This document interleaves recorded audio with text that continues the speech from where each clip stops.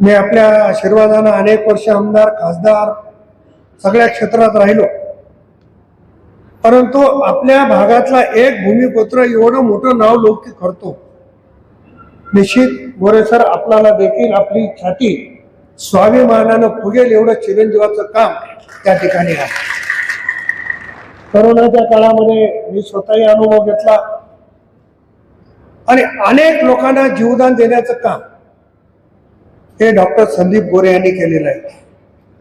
जेव्हा मी कोरोनातून बाहेर आलो तेव्हा महाराष्ट्रातल्या आमदार मंडळीचे फोन यायचे की तुम्ही फोर्टिसमध्ये उपचार घेतलाय पण आम्हाला फोर्टिसमध्ये जायचं.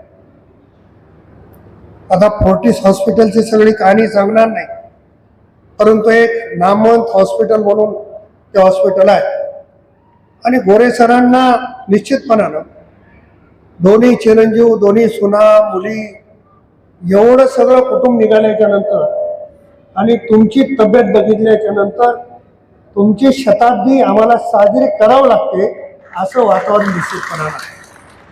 म्हणून गोरे सरांच्या शताब्दीच्या कार्यक्रमाला मंचावरचे आम्ही सगळे उपस्थित राहावं आणि आपणही उपस्थित राहावं. म्हणजे दोघांचाही स्वार्थ एवढा आहे की त्यांनाही वय मिळालं पाहिजे आणि त्यांच्या वयाच्या सोबत आपल्यालाही वय मिळालं पाहिजे असा त्याच्या मागचा उद्देश.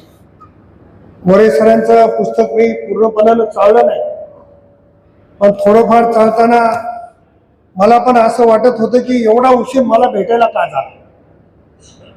जरी संबंध येत असतील तरी कुठल्याही राजकीय माणसाला एका मार्गदर्शक व्यक्तीची, मार्गदर्शक अभ्यासू गुरुची आवश्यकता असते आणि त्याच्यामध्ये कदाचित आम्ही कमी पडलो असं मला स्वतःला हे पुस्तक चालताना वाटतं. भाविस्कर साहेबांच्या संदर्भाने खरं तर पद्मश्री पुरस्कार मिळणं ही साधी गोष्ट नाही. आमच्या नांदेड जिल्ह्याच्या इतिहासामध्ये आतापर्यंत एकच पद्मश्री होऊन गेला आणि अख्खा जिल्हा त्यांना पद्मश्री नावानेच ओळखतो, ते पद्मश्री शामरावजी कदम साहेब.